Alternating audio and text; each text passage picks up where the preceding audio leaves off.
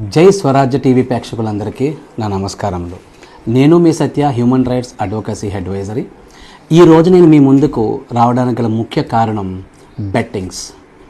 తెలుగు రాష్ట్రాలలోనే కాదు, భారతదేశం మొత్తాన్ని అతలాకుతలం చేసేస్తున్నటువంటి ఈ బెట్టింగ్స్ యాప్ మన జీవితాల మీద, మన భావితరాల భవిష్యత్తు మీద ఏ విధంగా మనల్ని మానసికంగా ఎంత బాధకు గురి చేస్తుందో, ఇబ్బందులకి ఎన్ని ప్రమాదాలకు కారణమవుతుంది అనేది ఈరోజు మనం డిస్కస్ చేద్దాం. మీ అందరికీ తెలుసు, బెట్టింగ్ యాప్స్లో ఫస్ట్ వాళ్ళందరూ ఏం చేస్తారంటే, మీరు ఒక 500 రూపీస్ మాకు సబ్స్క్రైబ్ చేసుకోవాలండి, సబ్స్క్రైబ్ చేసుకున్న వెంటనే ద ఫస్ట్ కస్టమర్ కింద నేను మీకు ఒక టోకెన్గా నేను మీకు ఒక 1500 రూపీస్ ఇస్తాను.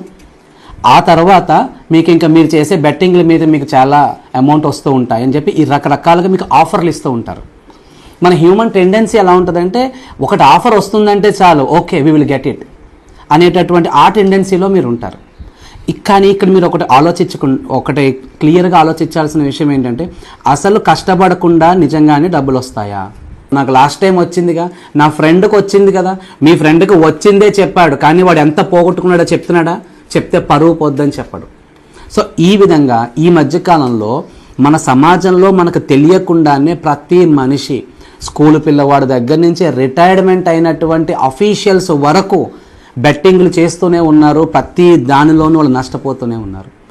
దీని అంతటినీ స్టడీ చేసిన తర్వాత, బీయింగ్ ఎన్ సైకాలజిస్ట్, దీన్ని ఒక మాటగా మనం చెప్పచ్చు, ఇది మీ అందరి జీవితాల మీద జరుగుతున్నటువంటి మానసిక అత్యాచారము.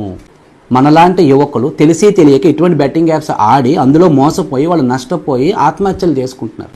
యువకులైనటువంటి మీరు, చదువుకున్నటువంటి విద్యార్థులు, ఉద్యోగం చేస్తున్నటువంటి మన ఆఫీషియల్స్ అందరికీ నేను చేసుకుంటున్న మనవి, వారానికి ఒక్క పోస్ట్ నో బెట్టింగ్ యాప్స్ మీ వాట్సాప్ స్టేటస్లోను, మీ యొక్క గ్రూప్స్లోనూ సెండ్ చేయండి. ఒక చిన్న డిస్కషన్ పెట్టండి, అందరినీ ఎడ్యుకేట్ చేయండి. Thank you so much my dear friends. May who me Satya, human rights, signing off.